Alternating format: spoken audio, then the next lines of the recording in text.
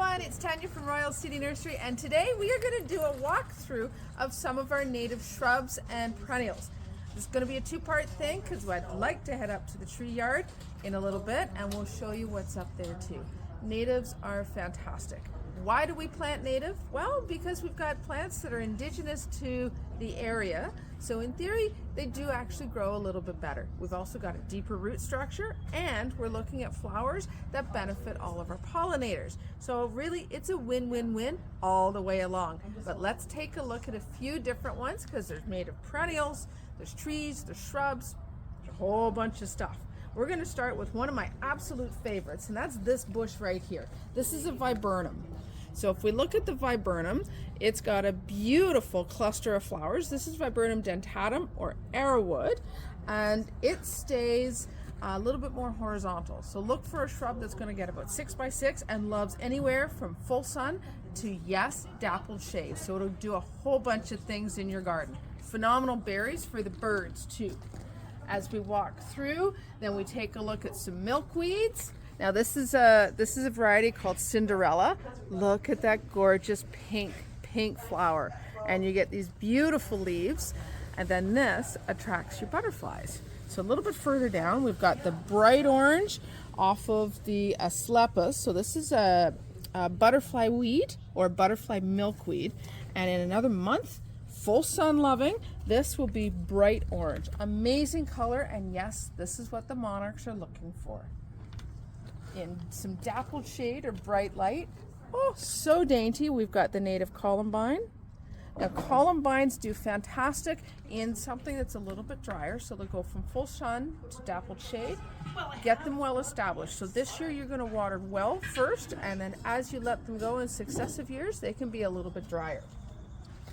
One of my new favorites, it's been a long time since we carried this, is something called a prairie smoke. And look at these funky little flowers. After they're done flowering, these little balls are actually going to open up, and then they create this beautiful seed head that looks just like smoke. So this one, again, prairie smoke, we're looking at something that does roughly, it's little, about 10 inches by 10 inches, and loves the sun. Come on around the corner, we're going to pass a serviceberry. This is my all-time favorite shrub ever. How much of a favorite is this? Believe it or not, I actually have 3 serviceberry flowers tattooed on my shoulder. Love this plant. So you can get it as a tree form, or you can get a bush form, which means it's got multi-stems. Both of them do anywhere from 15 by 15, and dapple shade up to full sun. Beautiful white flowers in April. They've just finished, and now they're starting to set their edible berries. Some beautiful edible berries. Saskatoon berries, the other name. You got to beat the birds off. They berry in June, and then they turn anywhere from an orange to red in the fall. Again, really good for height, helps cut the wind, so you keep those little pollinators. You got to give their wings a rest sometimes, right? At some point, we don't want the little dudes getting blown all over the place. We continue our perennial tour. We've got some coneflowers, a couple different kinds. This is one called coneflower pallida. And the nice thing with this, look at that really beautiful bud. So this is one of those coneflowers, very pale color, and the petals dog ear or reflex, which means the petals point down. Most coneflowers, the petals are actually a little bit more upright, and that's what this one is. Right, so the very traditional coneflower, really good for birds, really good for bees, and more importantly on this one, when they flower, leave the seed heads up over winter, because then the finches will be able to pull the itty bitty seeds out over winter, and you feed the birds too. Got some blue vervain and some oxeye sunflowers. I had somebody ask for this one over the weekend. Bright yellow, this is a heliopsis, so they flower in the summertime, right? So I'm super proud of our native collection. We're seeing a lot more in the garden center, and we're seeing a lot more consistently in the garden center. So it's getting easier and easier to shop native. Up at the top here are some liatris or blazing star. So there's a few different ones. There's the dwarf ones here. Look at how cute and adorable they are. And then we get a nice bright purple flower. So that one's phenomenal for butterflies. There's a meadow version that's going to be a little bit taller. And the meadow version, I would expect something that's going to be almost a foot in height. So it's not bad, it's pretty decent. If we look at some of the bottom ones here, we're now in the more traditional blazing stars. And the nice thing with all of these, really pollinator friendly, you're going to get varying shades of purple, dark purple to light purple, and heights anywhere from 6 to 8 inches up to 2 to 2.5 feet. Ooh, we forgot a couple of my favorites. We're going to go back for a little bit. We totally skipped it. This is a rattlesnake master. This comes from one of my favorite plant families of all time. We talked about the serviceberry that's tattooed on my shoulder.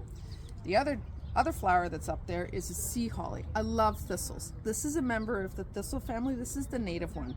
So rattlesnake master produces these pretty cool white balls of flowers.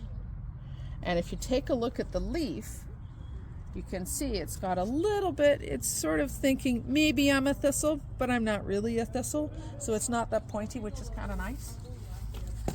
So that's an Eryngium. And then down here, I like the spiky stuff. Why do I like the spiky stuff? Because it's different. This is a prickly pear cactus. This is an Optunia. So yes, there is hardy cactus here in Ontario, and we have a beautiful patch growing in the back right now. Our patch is probably about 3 by 3, and when these things flower, they get these yellow flowers that sit on top of the fans. Really cool, very, very different. They love it hot and dry, and they love a little bit of sand. So beside a driveway is awesome, but they're not going to be happy if this is the thing that you throw the snow on all the time. We're going to head around the corner. We've got some nanny berries. And again, nanny berry are a viburnum. So we looked at a viburnum in the beginning. This is viburnum lentago. So same kind of deal. Loves, loves, loves anything from part shade or dappled shade right through to full sun. Beautiful pollinator attractor. We're seeing all the flies pop through that right now. Phenomenal berries, phenomenal color. I love viburnum. I use them absolutely everywhere. But the one thing I really wish you could smell right now are these. Oh, it's so good. This is a short-toothed mountain mint. So it's not the traditional mint that you go, oh my God, I can't plant that. I'm going to have mint for the rest of my life. It's a little bit of a hardier thing, but the nice thing is you're not going to have mint for the rest of your life. So it's not too bad. But even still, just standing here, I can actually smell it. Really, really pretty. We're going to head around the corner again. And now we're getting into some blue asters. This is a sky blue aster. There we go. We've got some flower buds. Oh, the flower buds are coming. These guys are going to be summer bloomers, and asters are amazing in a meadow experience. But again, we want to keep in mind that for the very first year, you're going to water really, really well. Really good soaking once a week. And as the plant establishes, so next year, you can start to back off. But they do beautiful in a meadow. Dervila is really cool, and you'll see this up in the shrub yard as well. This is a bush honeysuckle.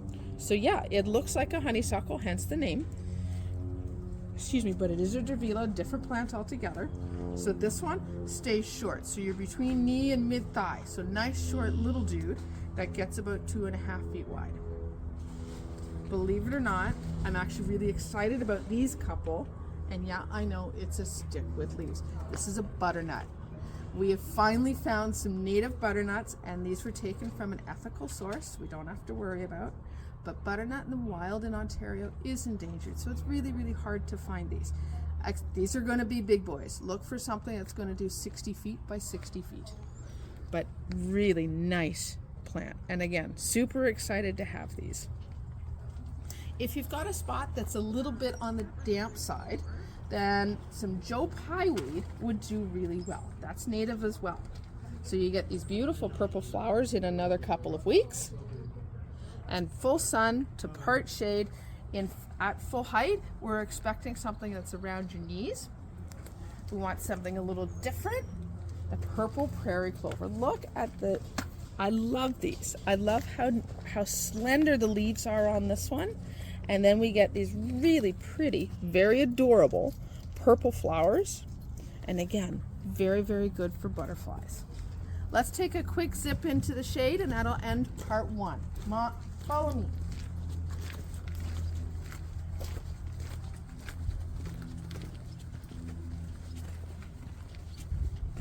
So we have some shade-loving ground covers, and I know, you look at this sign and go, huh? Well, a lot of shade ground covers, like the trilliums and the jack-in-the-pulpits, even mayapples and wild ginger, they're ephemerals. And ephemerals are plants that come up and do their thing. They're gorgeous on the top side of the soil.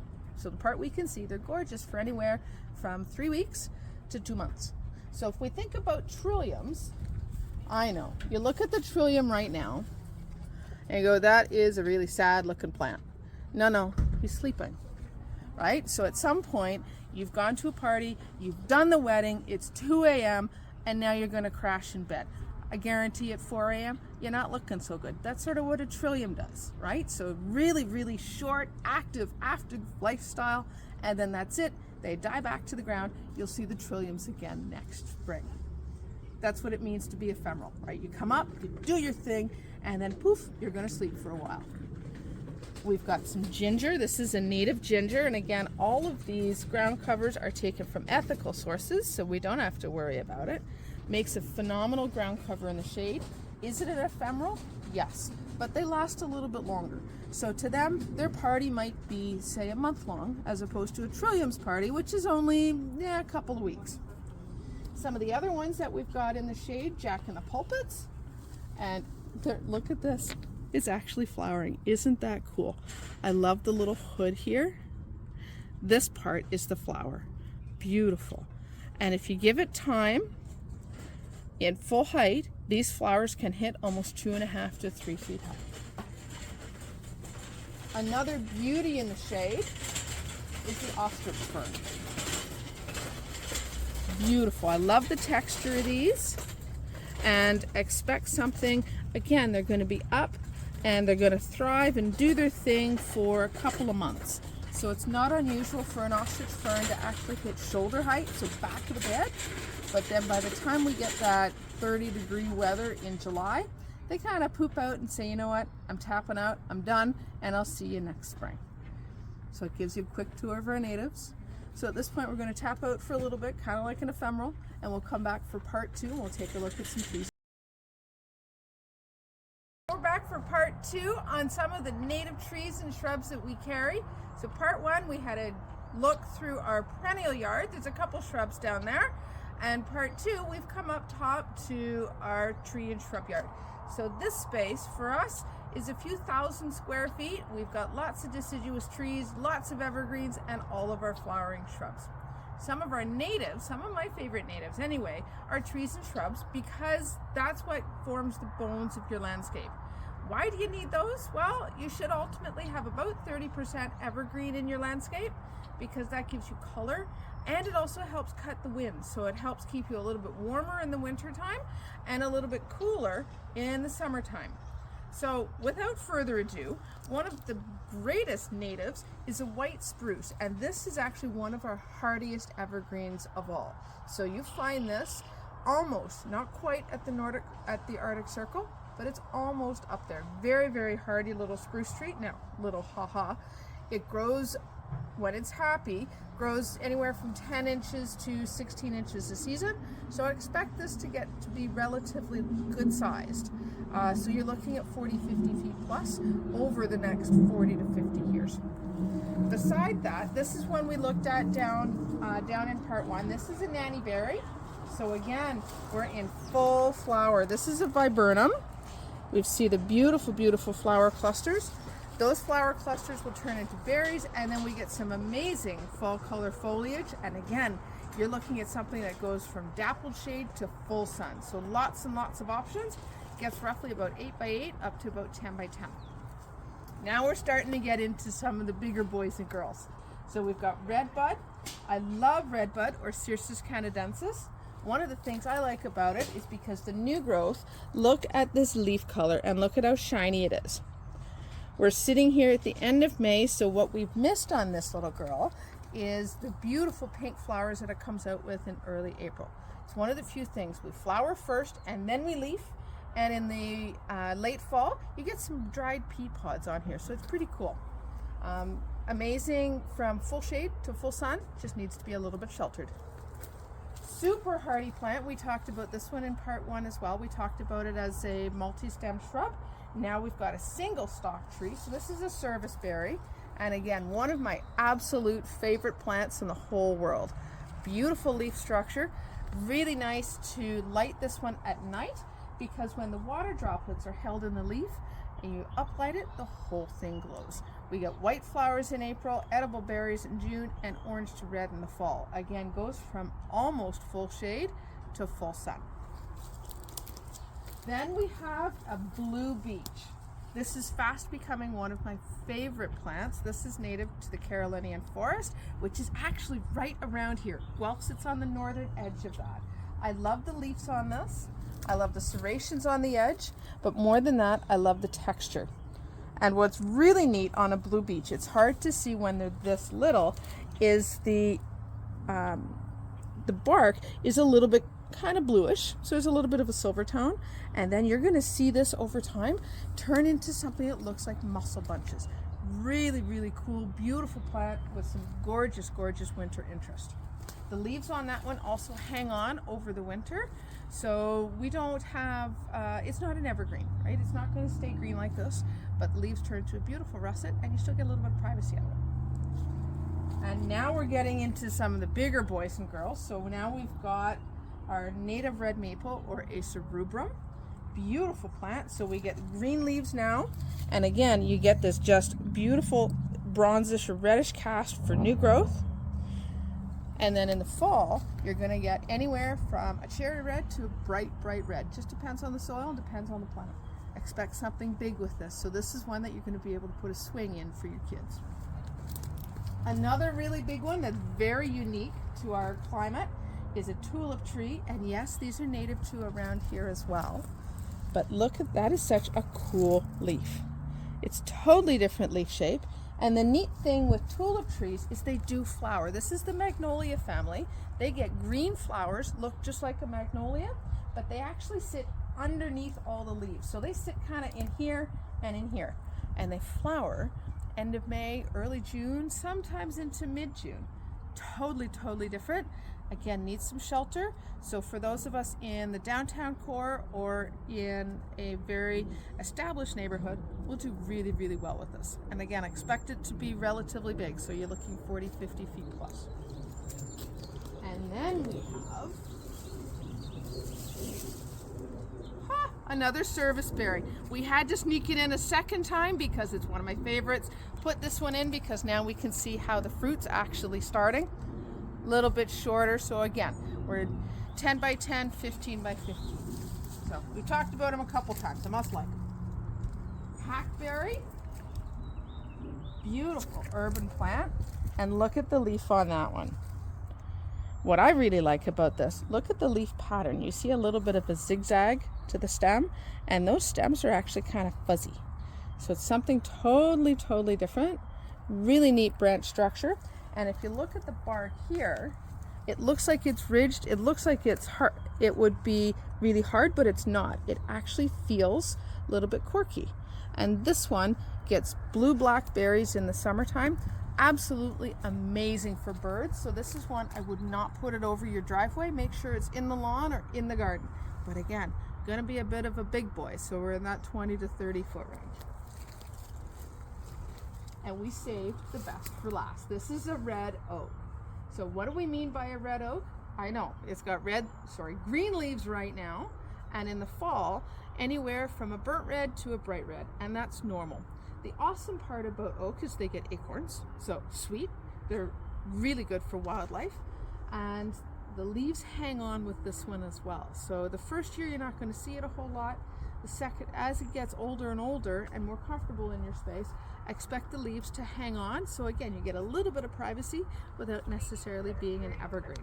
You've got some great native options, and when you're up in the tree in the shrub yard, what you're looking for are these little guys that help you choose. So have fun. We'll see you soon. Bye-bye.